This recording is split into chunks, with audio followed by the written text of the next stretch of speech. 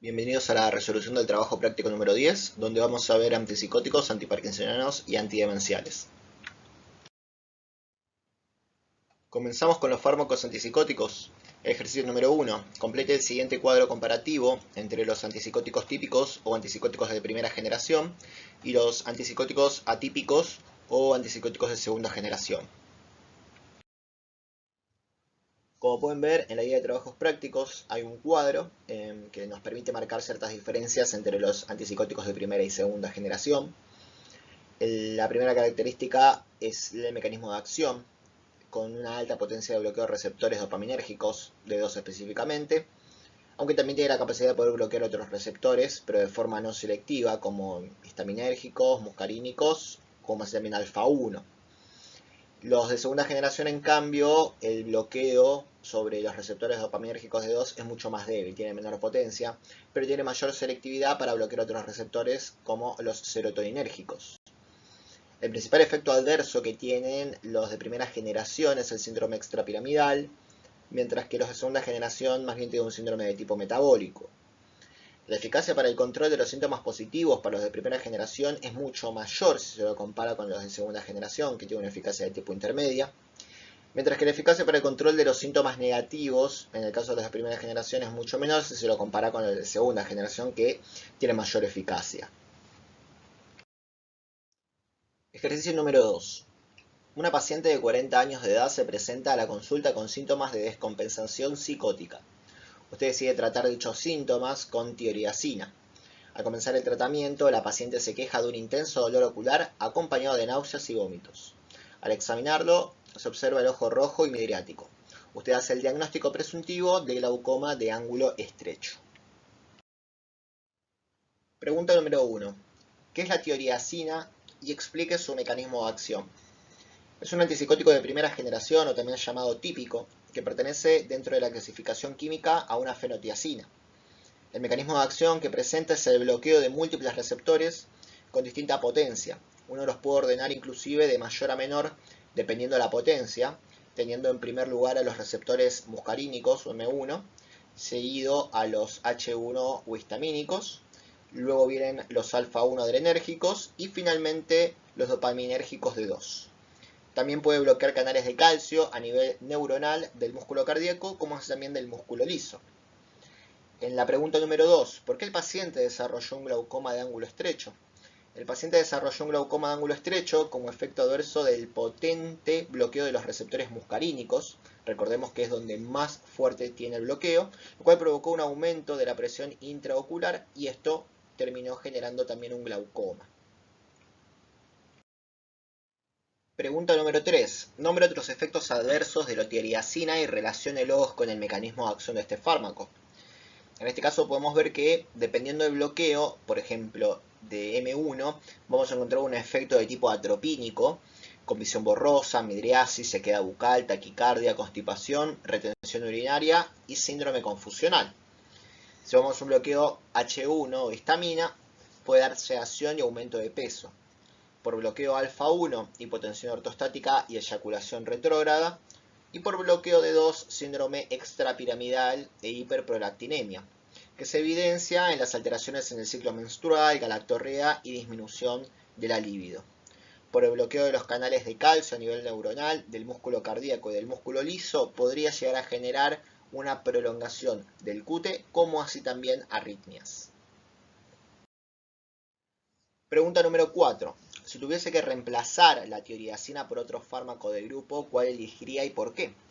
La reemplazaría por otro antipsicótico de primera generación que no tenga tanta potencia de bloqueo M1, como por ejemplo el haloperidol o la trifluperacina, considerando además que la paciente se encuentra en una descompensación psicótica con prevalencia de síntomas positivos, donde necesito un potente bloqueo de 2. Ejercicio número 3. Una paciente de 70 años de edad se encuentra en tratamiento con levodopa por presentar enfermedad de Parkinson desde hace 3 años. Recientemente comenzó con alucinaciones e ideas delirantes, por lo que se decide sumar al plan farmacológico el haloperidol. A los pocos días se observa que, si bien mejoró la sintomatología psicótica, empeoró el cuadro motor. Pregunta número 1. ¿Qué es el haloperidol y cuál es su mecanismo de acción? El haloperidol es un antipsicótico de primera generación, o también llamado típico, que pertenece dentro de la clasificación química a una butirofenona, y el mecanismo de acción es un potente bloqueo de 2, aunque también puede bloquear otros receptores como M1, H1 o alfa 1. Pregunta número 2. ¿Cómo explica la aparición de síntomas psicóticos y por qué empeoró el cuadro motor de Parkinson al agregar haloperidol? La aparición de los síntomas psicóticos se explica por el tratamiento de la enfermedad de Parkinson con levodopa, donde este fármaco, que es una prodroga, se metaboliza en dopamina, la cual actúa en los receptores dopaminérgicos a nivel del sistema límbico, produciendo alucinaciones, delirios y psicosis. Empeoró el cuadro motor al agregar haloperidol debido a su mecanismo de acción, donde al bloquear los receptores D2 en la vía nigroestriada produce como efectos adversos síntomas motores, como rigidez motora, disquinesias, como así también parkinsonismo. En el punto número 3, en el siguiente gráfico identifique a cada círculo con uno de los siguientes antipsicóticos: haloperidol, aripiprazol, sertindol, risperidona y quetiapina. Como podemos ver en el gráfico, en el eje de las abscisas se representa la potencia bloqueante del receptor dopaminérgico de 2, mientras que en el eje de las ordenadas se representa la frecuencia de aparición de efectos adversos de tipo motor. Como podemos ver, el sertindol tiene un pobre bloqueo de receptor de 2, pero la frecuencia de aparición de los efectos adversos motores también es bastante baja, menor del 1%. En cambio, la quetiapina, por ejemplo, la potencia bloqueante es muy similar a la del sertindol, pero tiene más probabilidades de que aparezcan efectos adversos motores. Luego lo sigue el aripiprazol, el cual aumenta bastante el bloqueo de 2 a comparación de la quetiapina, pero así también aumentan los efectos adversos motores. Luego ya da un pequeño salto a la risperidona y finalmente el haloperidol, el cual tiene una potencia bloqueante de receptores de 2 bastante importante, pero los efectos adversos motores también son considerables. Pregunta número 4. ¿Qué fármaco emplearía para el tratamiento de los síntomas psicóticos en una paciente con Parkinson? Y debemos justificar esa respuesta. En este caso se emplearía quetiapina, ya que es un fármaco que tiene baja frecuencia de efectos extrapiramidales, conservando su acción en la sintomatología psicótica. Ejercicio número 4. Llega a la consulta un paciente de 35 años de edad a quien le diagnosticaron descompensación psicótica. Se le indica tratamiento farmacológico utilizando olanzapina como droga de primera elección. Pregunta número 1. ¿Qué es la olanzapina y sobre qué receptores actúa? La olanzapina es un antipsicótico de segunda generación, también llamado atípico, y actúa principalmente bloqueando los receptores serotoninérgicos de tipo 2A.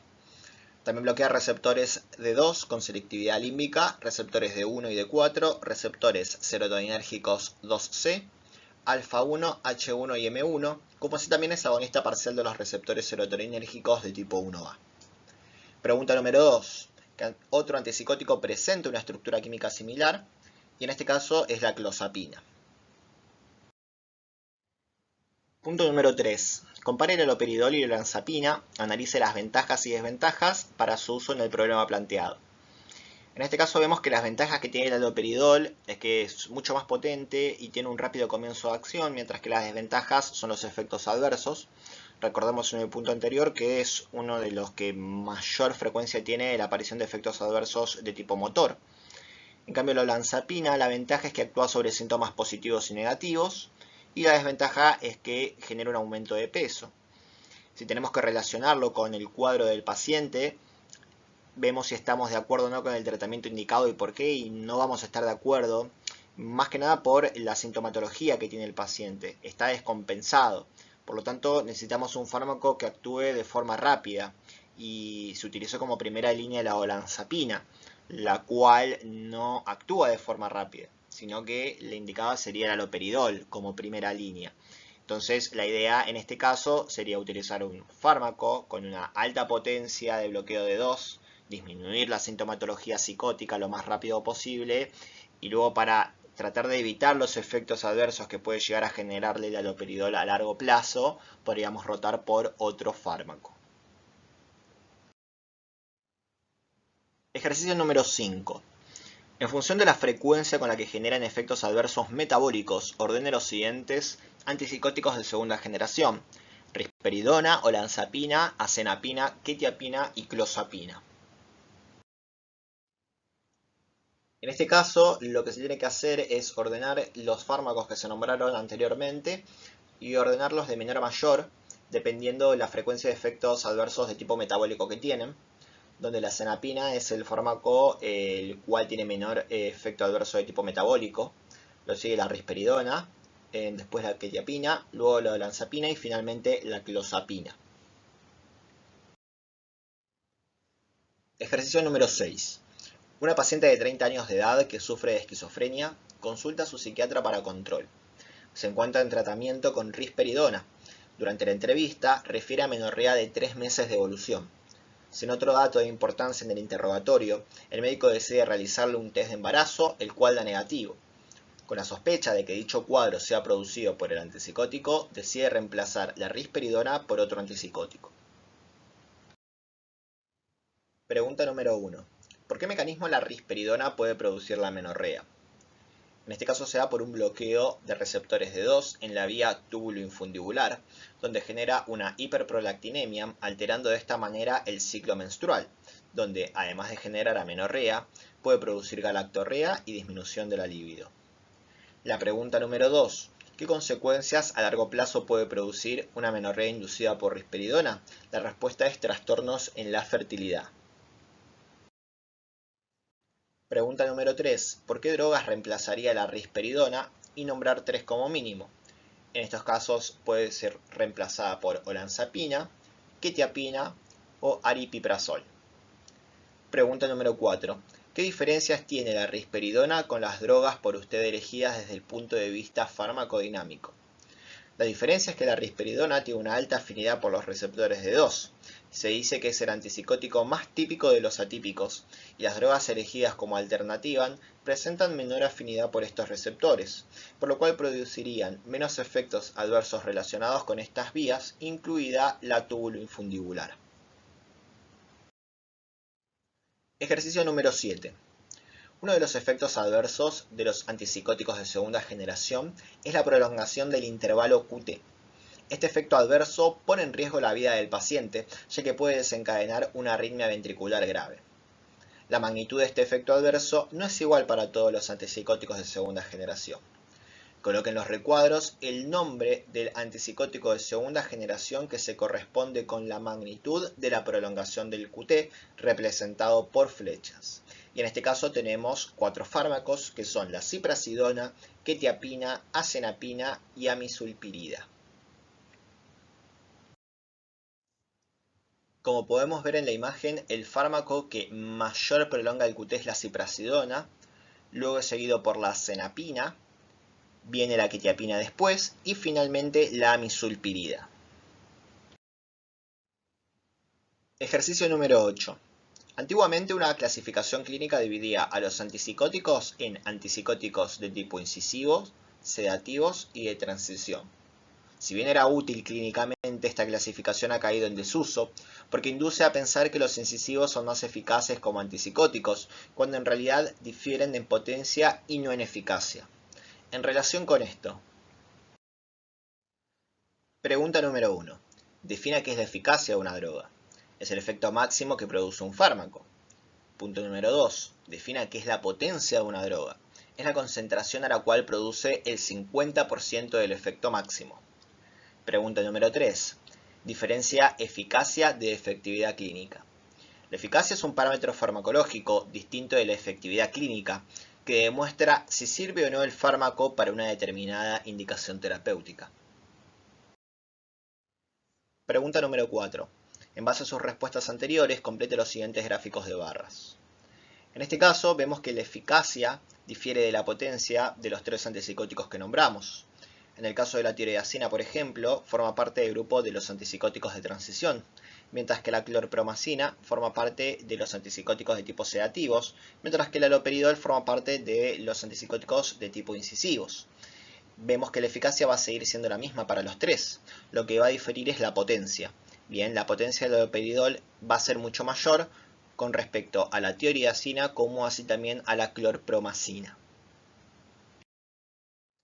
Ejercicio número 9.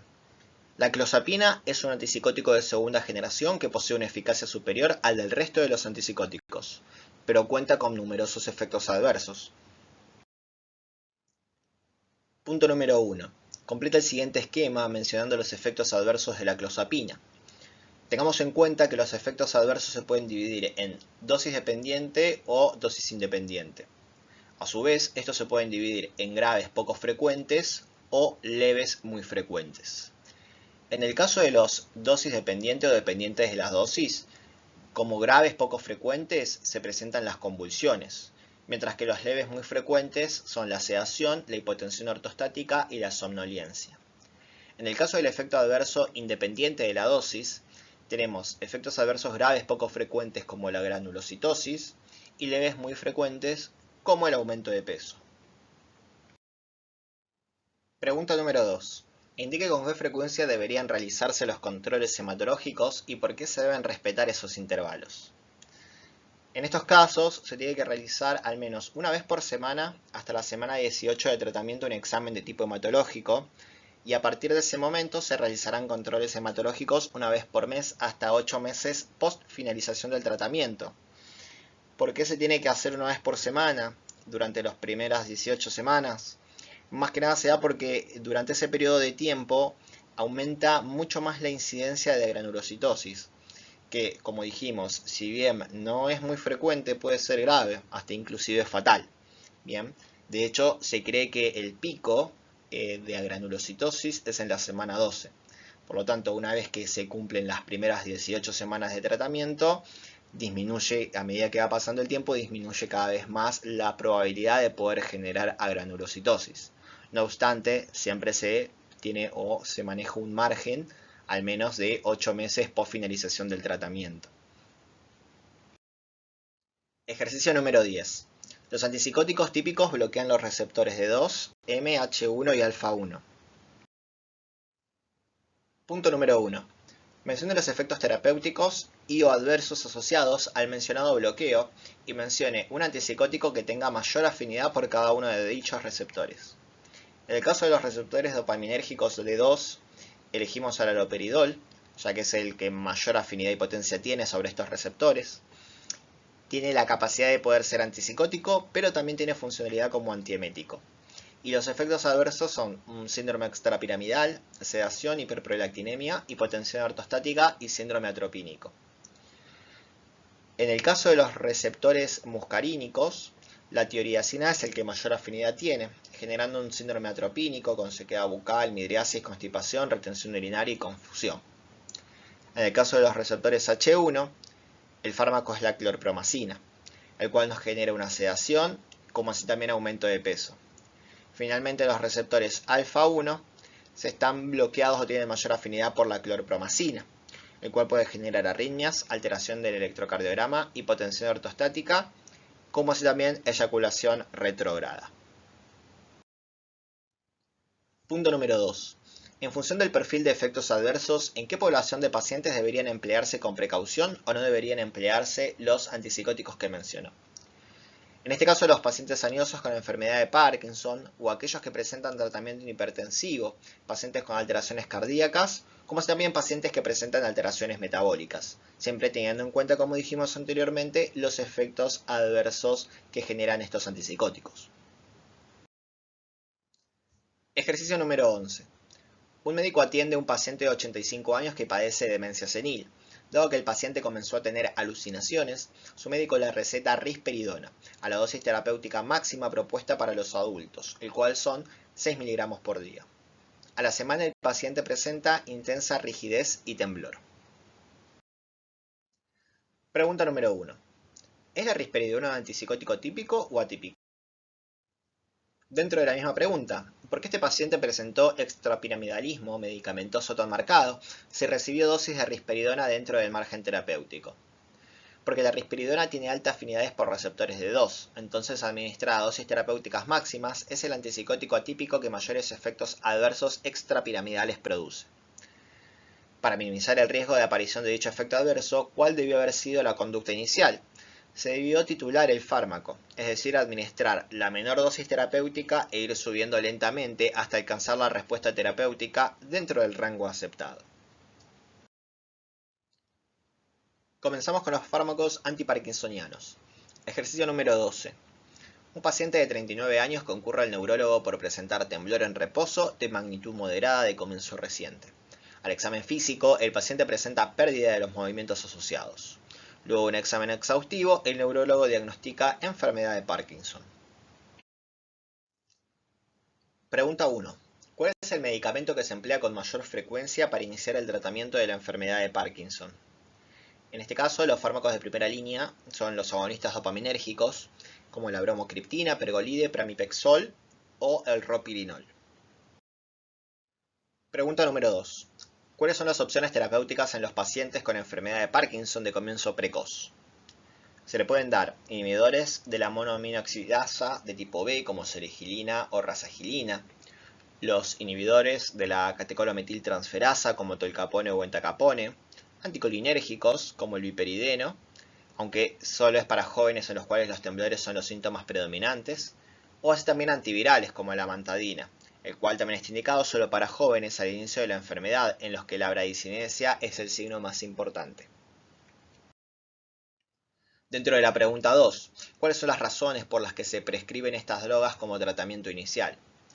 Las razones por las cuales se prescriben estas drogas como tratamiento inicial, ya sea en monoterapia o en combinación entre sí, es tratar de posponer el tratamiento con levodopa y la aparición de sus efectos adversos, así como también guardarlo para un momento posterior en el curso de la enfermedad, cuando se agrava la discapacidad.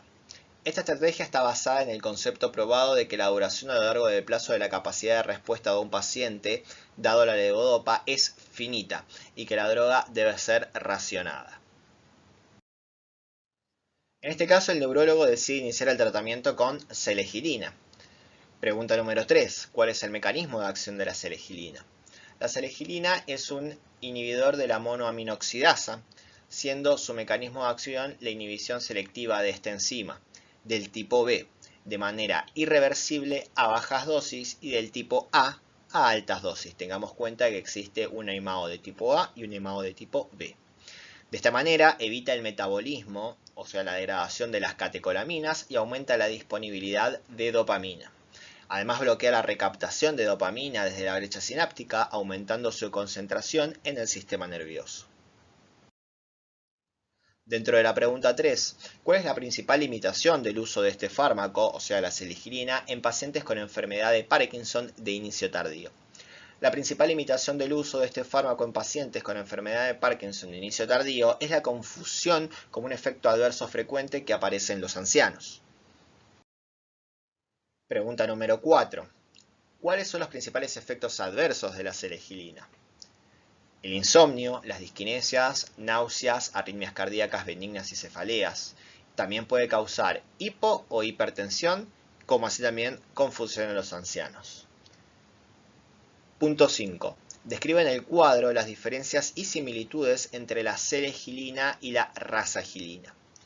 En el caso de la selegilina y rasagilina, tienen como similitud una reacción adversa y aumento de riesgo de síndrome de tipo serotoninérgico, como así también inhiben de forma selectiva y reversible la monoaminoxidasa de tipo B.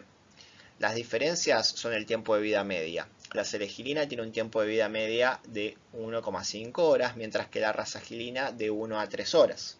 Además, la selegilina puede generar metabolitos activos, mientras que la rasagilina es metabolizado por citocromo P1A2.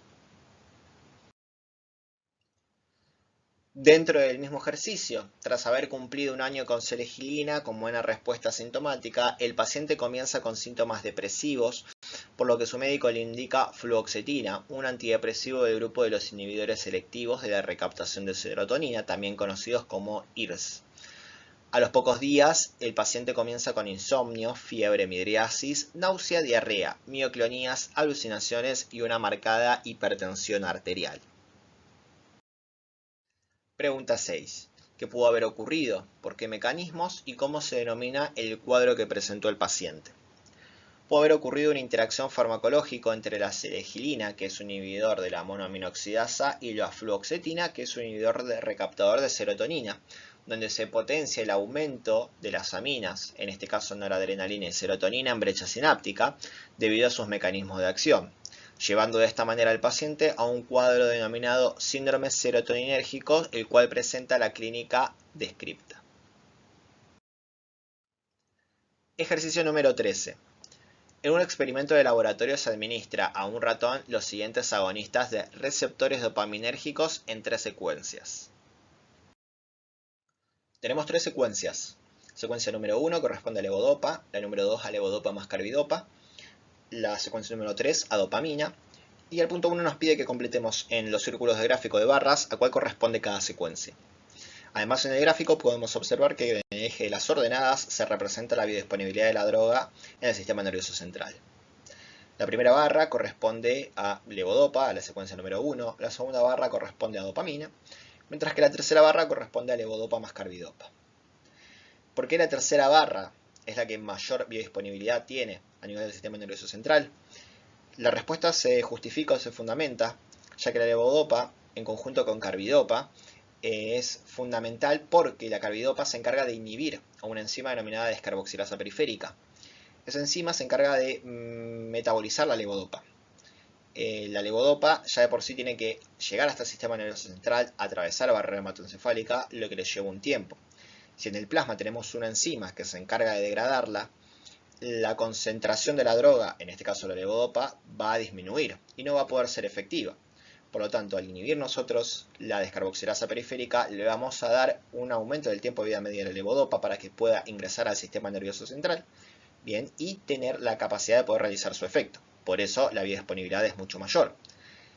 Si nosotros la comparamos, por ejemplo, con la secuencia número 1 de levodopa, la biodisponibilidad del sistema nervioso central es mucho más baja. Finalmente, la dopamina, que es la secuencia número 3, es muy pobre, debido a que no solamente es inhibida en plasma por la descarboxilasa periférica, sino que hay otro tipo de enzimas que las metabolizan, como por ejemplo las monoaminooxidasas. Pregunta número 2. ¿Por qué no se puede administrar dopamina a un paciente con enfermedad de Parkinson para tratar su enfermedad? Porque una vez que se absorbe la dopamina a nivel intestinal es metabolizada por las descarboxilasas de aminoácidos aromáticos, ya sean intestinales y hepáticas, y a su vez también presenta un extenso metabolismo periférico por las monoaminoxidasas periféricas, impidiendo que llegue al sistema nervioso central y pueda tener un efecto de tipo terapéutico. Esto está relacionado con el punto anterior. Punto número 3. ¿Qué es la carbidopa y por qué se asocia el tratamiento con levodopa? Este punto también está relacionado con el punto número 1.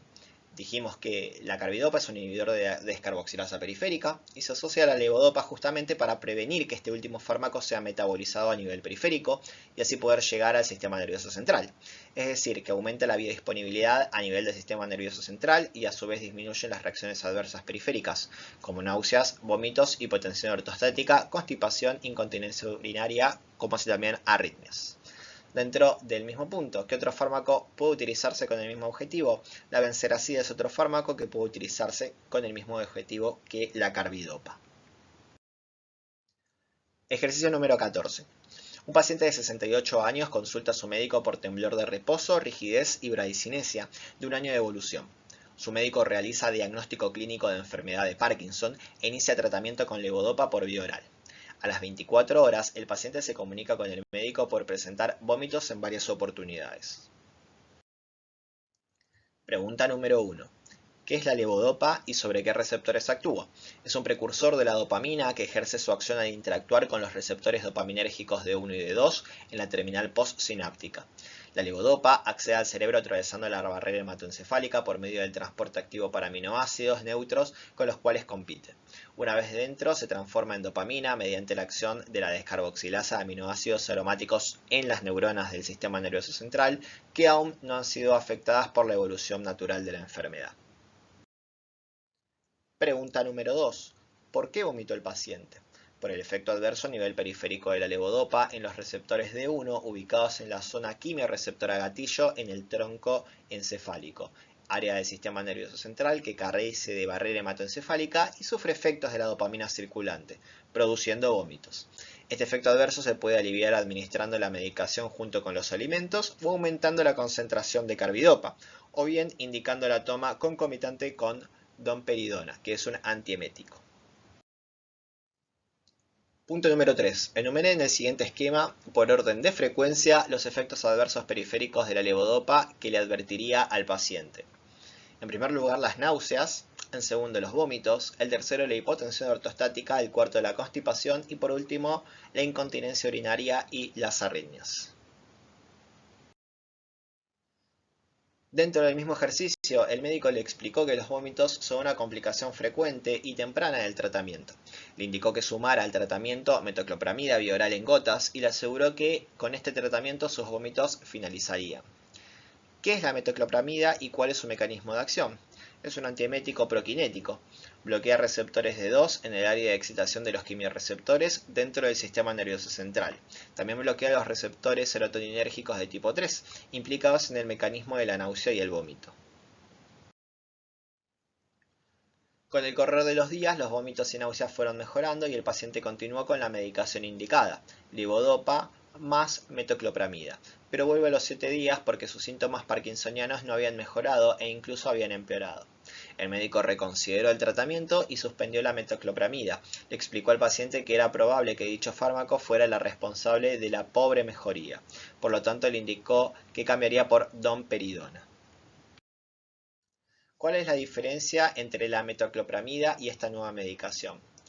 La domperidona, si bien bloquea receptores dopaminérgicos a nivel periférico y central, no puede atravesar la barrera hematoencefálica y por ende sus efectos centrales se limitan a zonas que carezcan de esta membrana, como el área postrema, donde se encuentra la zona quimiorreceptora gatillo. La metoclopramida, en cambio, atraviesa la barrera hematoencefálica, produciendo efectos adversos extrapiramidales. El paciente ahora sí comenzó a mejorar clínicamente y a pesar de presentar vómitos en algunas ocasiones, estos fueron controlados con la nueva droga administrada. Punto número 6. ¿Cómo pueden controlarse los efectos adversos periféricos que pueden observarse con el uso de la levodopa? En este caso, la hipotensión ortostática se controla disminuyendo la dosis de levodopa, utilizando medias elásticas, elevando la cabecera de la cama, aumentando la ingesta de sal durante las comidas, asociando medicación adicional como por ejemplo vasoconstrictores, y un ejemplo claro es la fluocortisona. La constipación se maneja incrementando la ingesta diaria de líquidos y de fibras, el cual se puede agregar domperidona y en casos muy severos se puede utilizar enemas. Ejercicio número 15.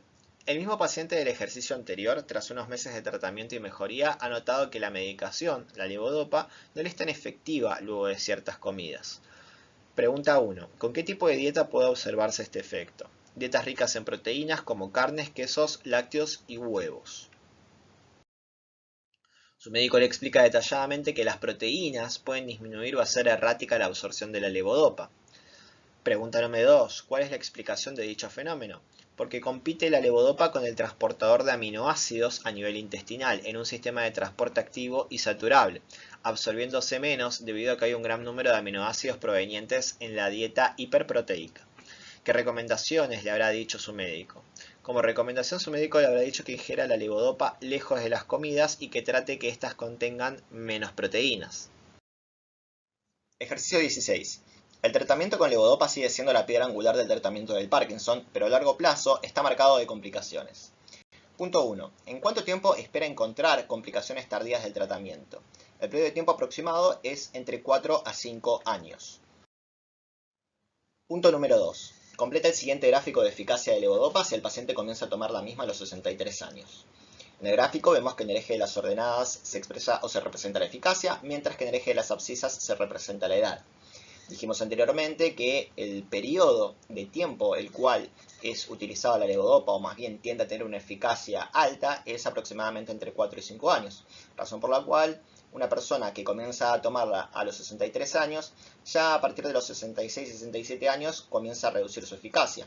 Esto justifica, como así también es fundamental para entender por qué uno no tiende a utilizar levodopa en pacientes jóvenes o como una terapia inicial o como fármacos de primera línea, sino que se trata de utilizar otro tipo de fármacos, ya que la levodopa tiene una acción de tipo finita.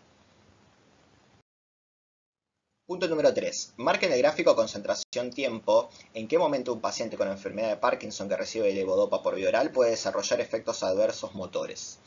Primero tengamos en cuenta que tenemos que marcar la concentración normal de levodopa y nos sirve más que nada para ver cómo es la diferencia entre una persona con niveles normales de levodopa, mientras que una persona con enfermedad de Parkinson con tratamiento con levodopa, sus niveles tienden a ser fluctuantes. Comenzamos con la administración del fármaco, que está en color celeste, y vemos cómo comienza a aumentar la concentración de levodopa, hasta que en un momento comienza a aparecer lo que es el wearing off o el deterioro de fin de dosis. Tengamos en cuenta que en el pico plasmático de levodopa pueden aparecer las disquinesias, y luego cuando comienza a disminuir su concentración, vemos que comienzan el periodo de on-off. Además, hay que nombrar otro tipo de efectos adversos, los cuales están presentes a lo largo de todo lo que es el ciclo de la levodopa en plasma, pero que se van a ver en mayor profundidad en el punto 4. Punto número 4. Complete la información faltante en la siguiente tabla sobre las fluctuaciones motoras que pueden observarse con el uso de levodopa. En este caso tenemos un cuadro, el cual tenemos diferentes características, como fluctuaciones motoras, descripción, momento de aparición del tratamiento y estrategia de manejo o control de las fluctuaciones motoras. Como pueden ver, hay partes que están incompletas y nosotros, teniendo en cuenta lo que ya está escrito, tenemos que saber más o menos qué es lo que quiere decir cada uno de los cuadros. En el caso del deterioro de fin de dosis o wearing off, si tenemos que describirlo, tenemos que hablar de una disminución de la movilidad o destreza. Aparece generalmente 4 horas después de la toma, por eso también se lo denomina deterioro de fin de dosis de acción. Y la estrategia o manejo del control, en este caso, es disminuir el periodo interdosis, como así también administrar inhibidores de la monoaminoxidasa, como así también inhibidores de la catecol o metiltransferasa. En el caso de las mioclonías, por ejemplo, estamos hablando de una contracción involuntaria breve en forma de sacudidas. El momento de aparición del tratamiento se da durante el día, hace un periodo específico de tiempo, e inclusive puede darse durante el sueño, y la estrategia de manejo de control de las fluctuaciones motoras es para un bloqueo de tipo muscarínico. En el tercer caso vamos a ver que nosotros nos dan la descripción nada más, o sea, la incapacidad para iniciar la marcha, y hace referencia al freezing. Y se da en el fin de dosis o el deterioro de fin de dosis propiamente. Y la estrategia o manejo del control de las fluctuaciones motoras también se da por una menor periodo de interdosis, como así también asociarse con inhibidores de la monoaminoxidasa o inhibidores de la catecolometiltransferasa. En el caso de las disquinesias, la descripción correspondiente va a ser una condición que se caracteriza por movimientos involuntarios anormales, en los cuales tenemos dos tipos, que pueden ser coréicos o distónicos. Dentro de los coréicos se producen desplazamientos de tipo balísticos, mientras que los distónicos se da con una contracción de músculos antagonistas de forma simultánea. Vemos que el momento de aparición se da con los niveles plasmáticos de levodopa alcanzan su efecto máximo, como habíamos visto en el gráfico anterior, pero también pueden aparecer al inicio o al final del ciclo de la levodopa bifásica, como así también puede ser un fenómeno exclusivo del wearing off al final del ciclo. Por eso en el punto número 3 solamente se marcó el pico plasmático de levodopa y no los últimos dos nombrados. Y la estrategia de manejo o control de las fluctuaciones motoras es administrar en bajas dosis, como así también se puede administrar amantadina, que si bien es un antiviral, más adelante vamos a ver que puede actuar también para poder ser utilizado como un tratamiento de la enfermedad de Parkinson. Siguiendo con el cuadro, vemos que tenemos una postura normal más sostenida que la disquinesias, suele afectar extremidades, aunque también pueden implicar cara o cuello, y nos estamos refiriendo a una distonía. El momento de aparición en el tratamiento se da por efecto de fin de dosis, y la estrategia de manejo o el control de las fluctuaciones motoras se pueden dar por levodopa de liberación prolongada, como también agonistas dopaminérgicos, y por último tenemos la asinesia aguda, que en este caso la descripción hace referencia a un efecto asinético que dura varios días y no responde al tratamiento con medicamentos antiparkinsonianos. El momento de aparición del tratamiento más que nada es una exacerbación súbita de la enfermedad de Parkinson, por lo cual uno tiene que buscar enfermedades concomitantes como infecciones, y la estrategia de manejo o control de las fluctuaciones motoras va a estar asociada más que nada a una hospitalización o un sostén. Punto número 5. Explique qué posibles modificaciones en la indicación de levodopa puede realizarse con el fin de evitar los efectos adversos motores. Como modificaciones en la indicación de levodopa para poder evitar los efectos adversos motores se puede pensar en administrar dosis más bajas con una reducción del intervalo interdosis, como así también la adición de un segundo fármaco. Ejercicio 17.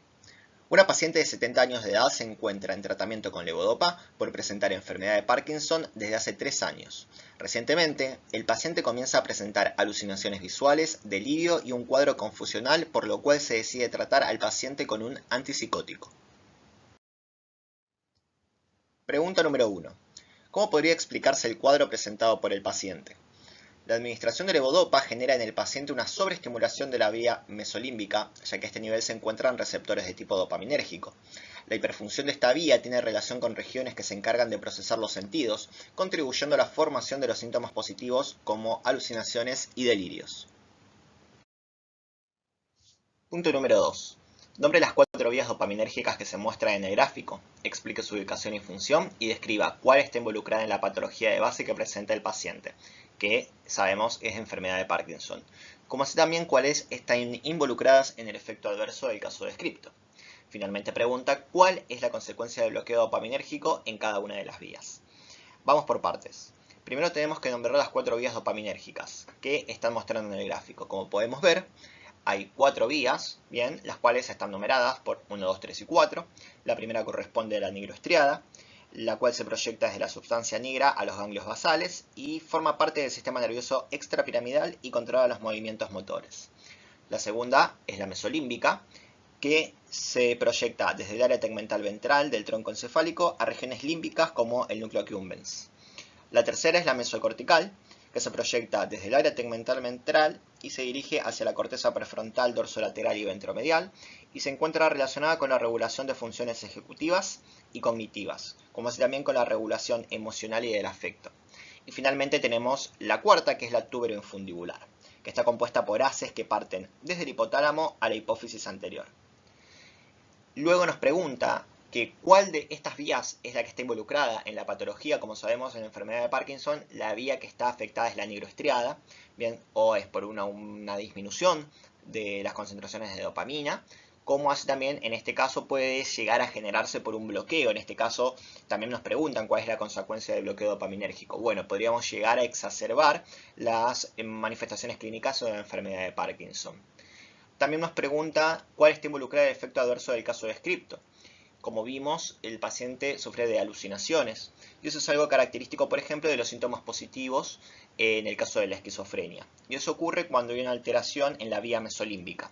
Tengamos en cuenta que la vía mesolímbica y la vía mesocortical van a estar presentes, o más bien van a verse alterados durante un cuadro de esquizofrenia, pero tenemos que ver si son síntomas positivos o negativos. Si son síntomas positivos, estamos hablando de una alteración de la vía mesolímbica, mientras que si son síntomas negativos, más bien estamos hablando de una vía mesocortical, donde la manifestación clínica principal tiende a ser más que nada la abulia.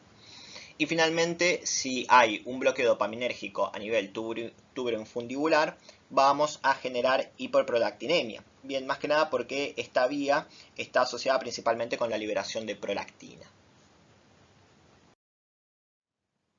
Ejercicio 18.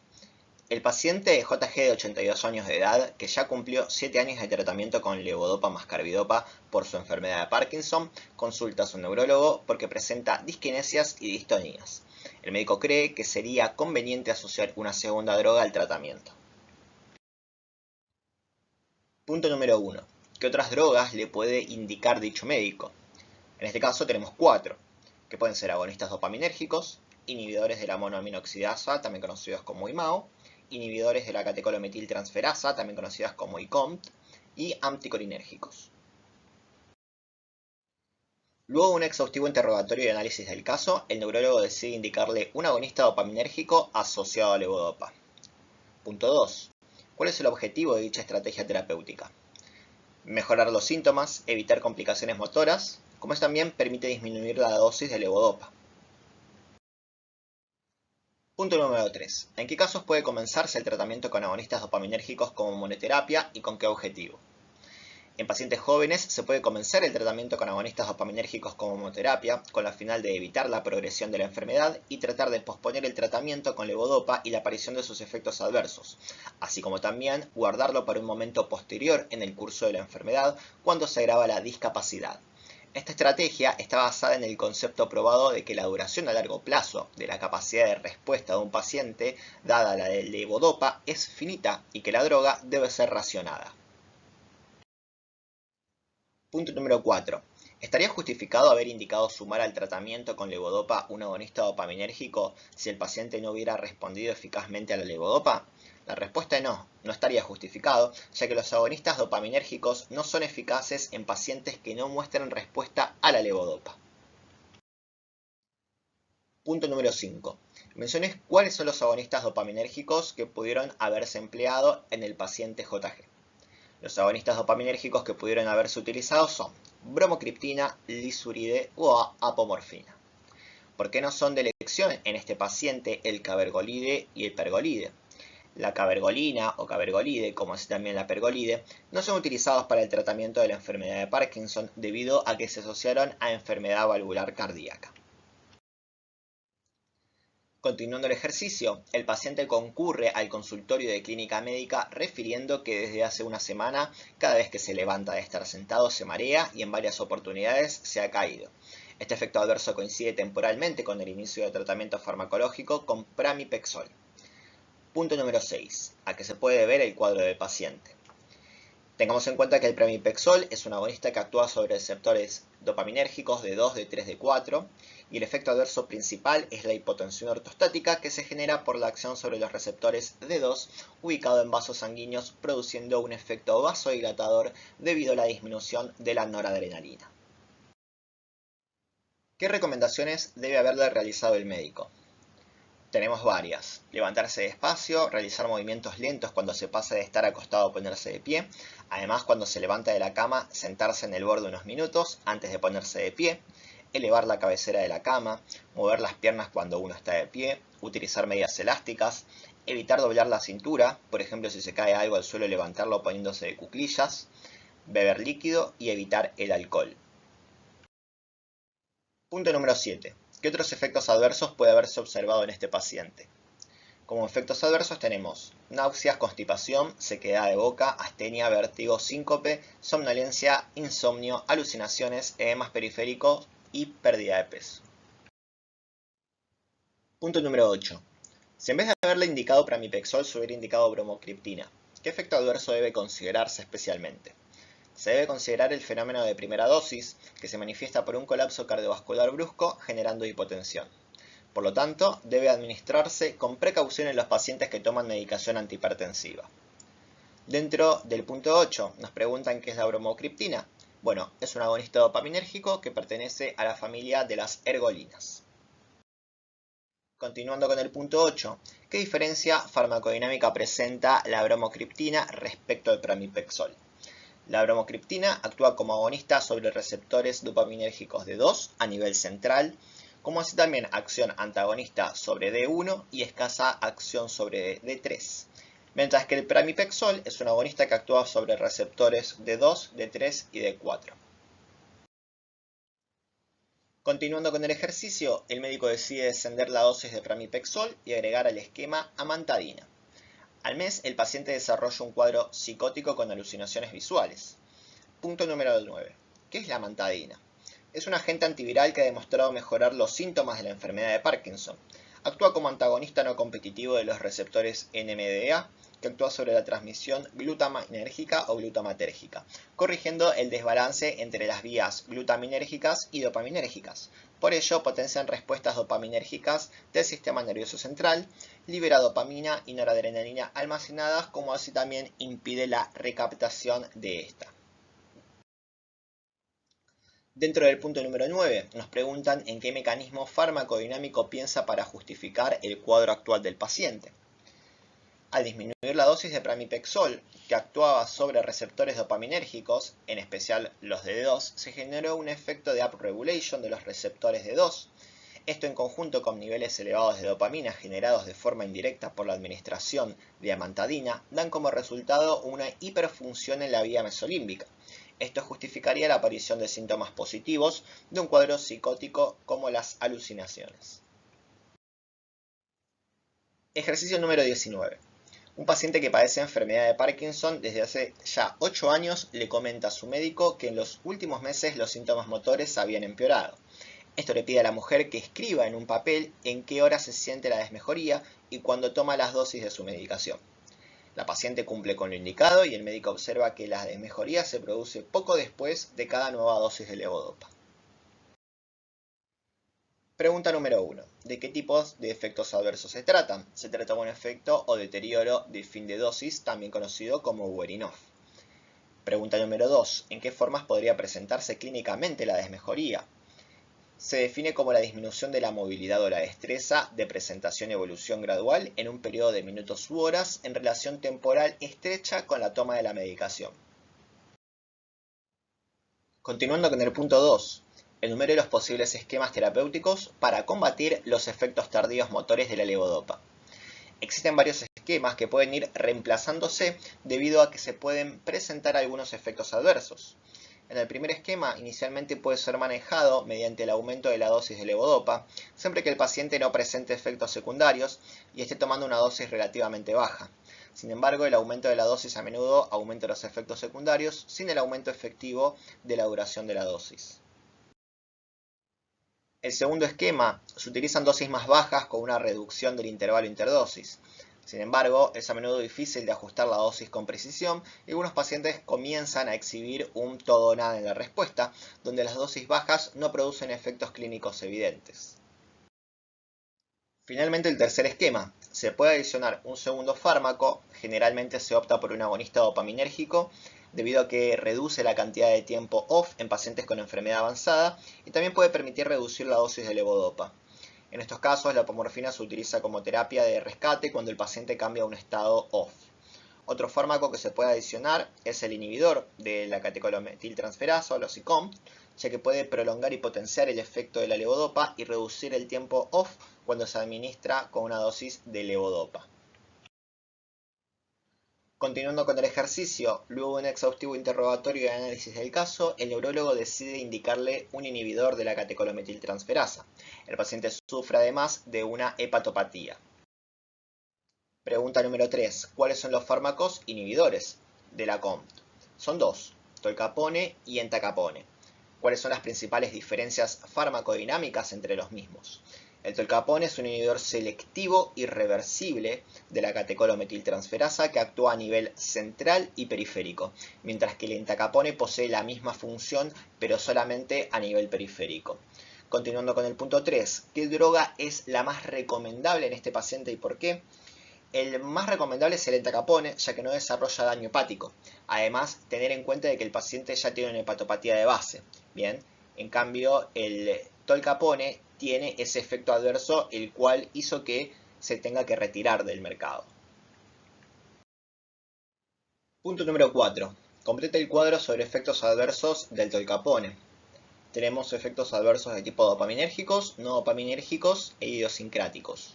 Dentro de los dopaminérgicos tenemos las disquinesias, náuseas y vómitos, anorexia, insomnio, hipotensión y alucinaciones. Los que son no dopaminérgicos, la diarrea, cefalea, aumento de la sudoración y serostomía. Y los idiosincráticos, el daño hepático. Llegamos a los fármacos antidemenciales, ejercicio número 20. Un paciente de 75 años de edad recibe diagnóstico de enfermedad de Alzheimer por sus problemas de memoria. Se lo medica con donepezilo 5 mg por día en única toma. Pregunta número 1. ¿Por qué el donepezilo puede administrarse en toma única? Por su vida prolongada, que es de 70 horas aproximadamente. Pregunta número 2. ¿Cuáles son los síntomas de la serie colinérgica que puede producir? Son dos, simples y complejos. Los simples engloban náuseas, vómitos, diarrea, insomnio, cefaleas, calambres musculares, fatiga y anorexia. Mientras que los complejos engloban bradicardia, broncoconstricción, dificultad para orinar, convulsiones y bloqueo auriculoventricular. Punto número 3. Completa el siguiente gráfico. Podemos observar que en el eje de las ordenadas se representa la frecuencia cardíaca y hay una asociación entre las barras, como también la presencia o no de fármacos. En el caso de la primera barra, al no haber fármacos, tenemos una frecuencia cardíaca aproximadamente de 75, mientras que si se administra donepezilo disminuye, y esto tiene cierta lógica, ya que al inhibir la colinesterasa va a aumentar los niveles de acetilcolina, generando un efecto bradicardizante. Vemos que los betabloqueantes también tienen esa capacidad por bloquear los receptores beta 1 a nivel cardíacos. Y finalmente tenemos que saber si el donepezilo en conjunto con el betabloqueante puede llegar a disminuir aún más la frecuencia cardíaca, y en este caso es lo correcto. Bien, lo que trata de mostrar o representar este ejercicio es que ambos fármacos, si se asocian, podrían llegar a generar a una bradicardia bastante importante. O sea que estamos en presencia de un sinergismo de potenciación. Ejercicio número 21. Complete el siguiente cuadro comparativo, en el cual tenemos donepezilo y memantina. El mecanismo de acción del donepezilo inhibe de forma selectiva y irreversible a la acetilcolinesterasa en el sistema nervioso central. De esta manera aumenta la concentración de acetilcolina en la brecha sináptica, mejorando la función cognitiva. Mientras que la memantina bloquea los receptores NMDA por antagonismo no competitivo e inhibe la acción excitotóxica del glutamato que generaría, ya que impide que ingrese calcio con la consecuente muerte neuronal.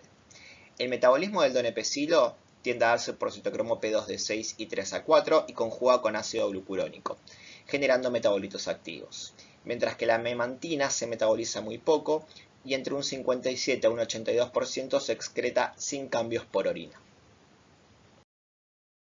Punto número 2.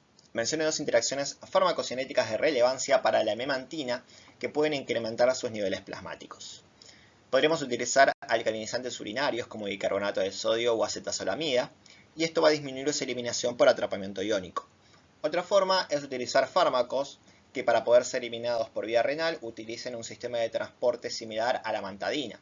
En este caso puede ser la cimetidina, la ranitidina, la quinidina, nicotina, trimetilprima o metformina.